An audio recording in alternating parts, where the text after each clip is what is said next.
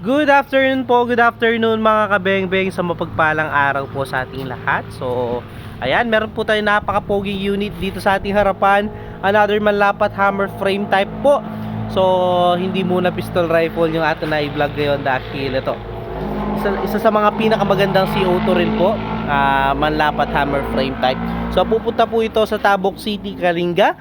So, unit po ito ni Sir Batang E. Marcos. So, Sir Batang, ito na po yung unit nyo, sir. Napaka-pogi.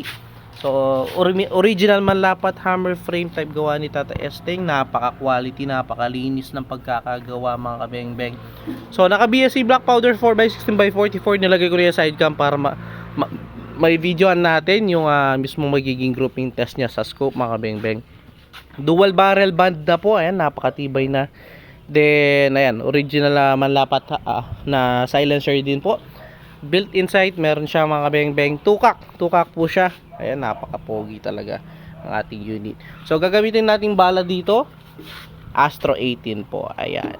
So, tara, subukan na po natin. Grouping test na po natin itong unit ni Sir Batang. Ayan. So, ayan po. So, first shot po tayo, no? So, gagamitin natin yung pellets, mga beng-beng, Astro 18 po. So, first shot po tayo, mga kabeng-beng. First shot.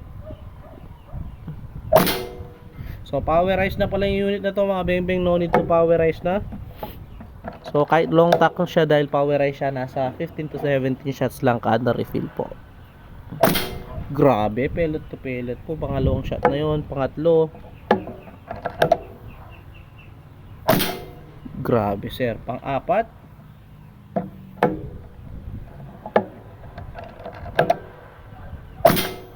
Pang-lima. Grabe yun, sir. Ganda tumama. Ayan.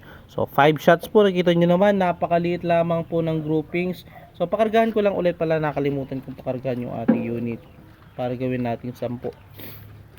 Narinig ko medyo mahina na po yung putok eh. So, nakalimutan natin kargahan kanina nung nag-zero tayo.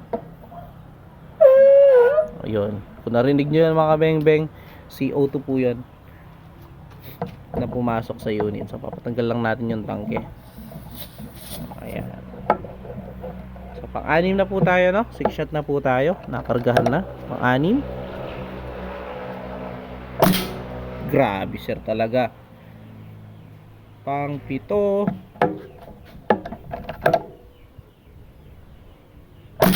Solid, sir. Pang-walo.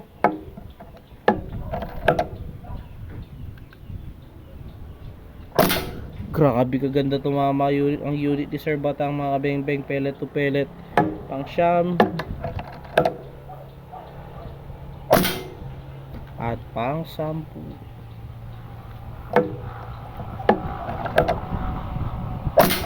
So yun sir, 10 shots yan lang po yung kanya naging groupings. Napakaganda tumaba ng unit mo sir. So ating pupuntahan itong ating naging groupings ng inyong unit sir. So yun, kung ano yung nakikita nyo sa ating, kung ano yung nakikita ko sa scope, yun din po yung nakikita nyo mga kabeng-beng. So puntahan natin yung ating naging groupings. Sorry po, medyo inubo tayo. So yan mga kabeng-beng, napakaliit lamang po ng kanyang groupings. So salamat po sa tiwala Sir Batang. So pahintayin na lamang po ang unit sa Tabuk City, Kalinga. Yun mga kabeng-beng, so see you next vlog. Peace out.